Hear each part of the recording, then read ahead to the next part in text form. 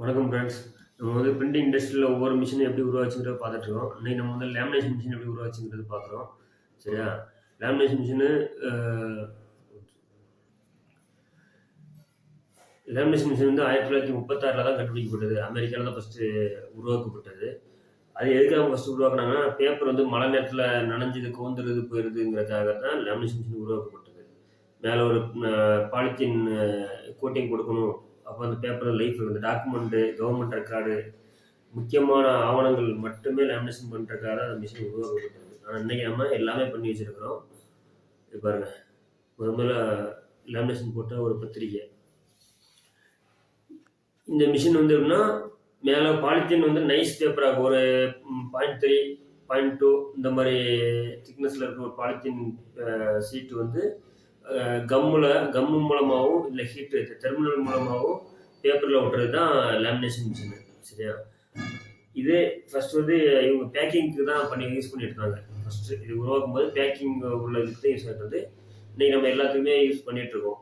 இன்றைக்கி இருக்க advance model இன்றைக்கி வந்து ஒரே மிஷினில் டெர்மினல் இருக்குது, கம்மு இருக்குது, ஹைட்ராலிக் ப்ரெஷரில் வேலை செய்கிற மாதிரி எல்லாமே ஆட்டோமேட்டிக்காக ஃபுல்லாக வந்துருச்சு.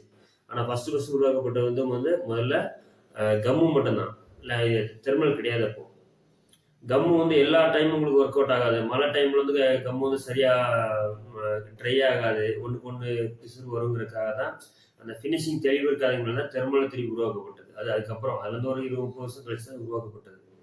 சரிங்களா?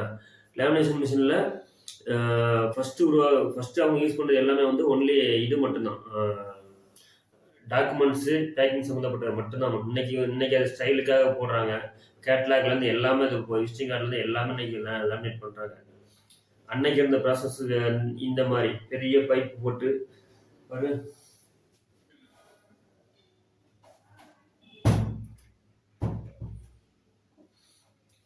பெரிய பைப் போட்டு டேங்க் இருக்கும். டேங்கில் வந்து ஆக்சுவலி லேமினேஷன் சீட்டில்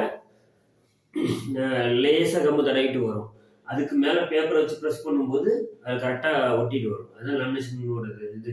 பழைய ப்ராசஸோட மிஷினோட பெருசு. அன்னைக்கு இருந்த சைஸுக்கு வந்து மேக்ஸிமம் கரெக்டான சைஸ் எதுவுமே கிடையாது.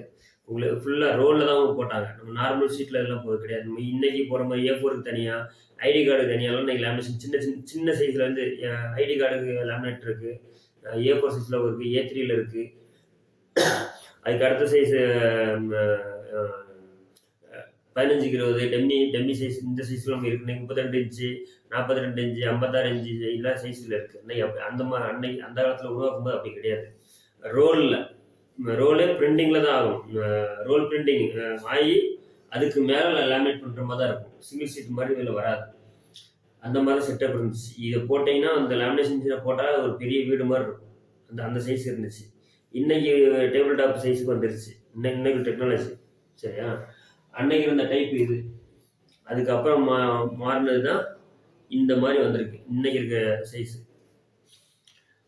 இன்றைக்கி லேமினேஷன் நல்லா அதிகமான வளர்ச்சி இருக்குது. ஏன்னா இன்றைக்கி ஆட்டோமேட்டிக் மிஷின் இருக்குது. ஆட்டோமேட்டிக் அதுவே பேப்பர் எடுத்து லேமினேட் பண்ணி கட் பண்ணி வெளியே தள்ளுற அளவுக்கு உள்ள அட்வான்ஸ் மிஷின் இருக்குது இன்றைக்கி இருக்க அட்வான்ஸ். சரியா? அடுத்த வீடியோவில் வந்து கட்டி மிஷின் உங்களுக்கு போன வீடியோவில் உள்ள பேலன்ஸை கண்டினியூ பண்ணி பார்ப்போம். நன்றி. நம்ம சேனலை சப்ஸ்கிரைப் பண்ணுங்கள்.